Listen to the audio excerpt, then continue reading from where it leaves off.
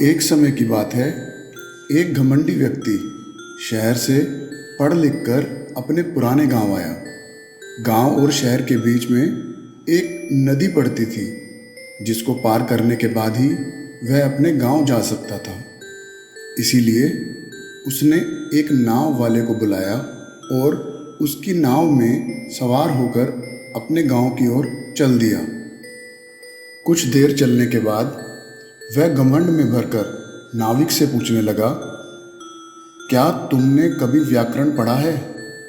नाविक कुछ देर के लिए सोच में पड़ गया और फिर बोला, नहीं साहब, मैंने नहीं पढ़ा है।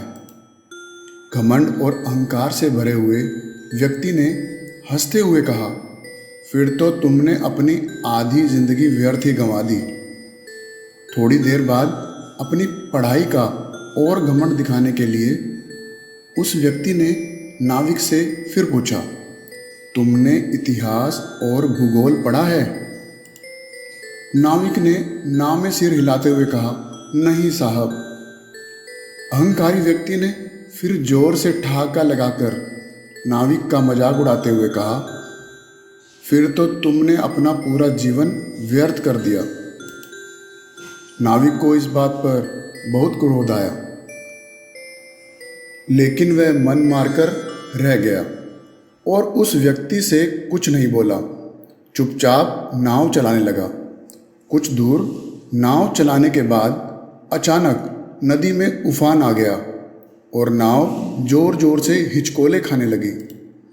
यह देखकर नाविक ने चेहरे पर छोटी सी मुस्कान के साथ ऊंचे स्वर में उस व्यक्ति से पूछा, साहब, आपको तैरना भी आता है या नहीं? व्यक्ति ने कहा, नहीं, मुझे तैरना नहीं आता है। नाविक ने कहा, फिर तो आपको अपने इतिहास, भूगोल और व्याकरण को सहायता के लिए बुलाना पड़ेगा, वरना आपकी सारी उम्र बर्बाद हो जाएगी, क्योंकि यह नाव डूबने वाली है। यह कहकर नाविक नदी में कूद तैरता हुआ किनारे की ओर चला गया। तो दोस्तों, यह थी कहानी ज्ञान का अहंकार। इस कहानी से हमें यह शिक्षा मिलती है, कभी भी अपने ज्ञान पर व्यर्थ का अहंकार प्रदर्शित नहीं करना चाहिए और किसी को अपने ज्ञान के बल पर नीचा नहीं दिखाना चाहिए। धन्यवाद। जय जिनेंद्र। चैनल को सब्सक्राइब करें। अगली वीडियो के साथ फिर उपस्थित होंगे।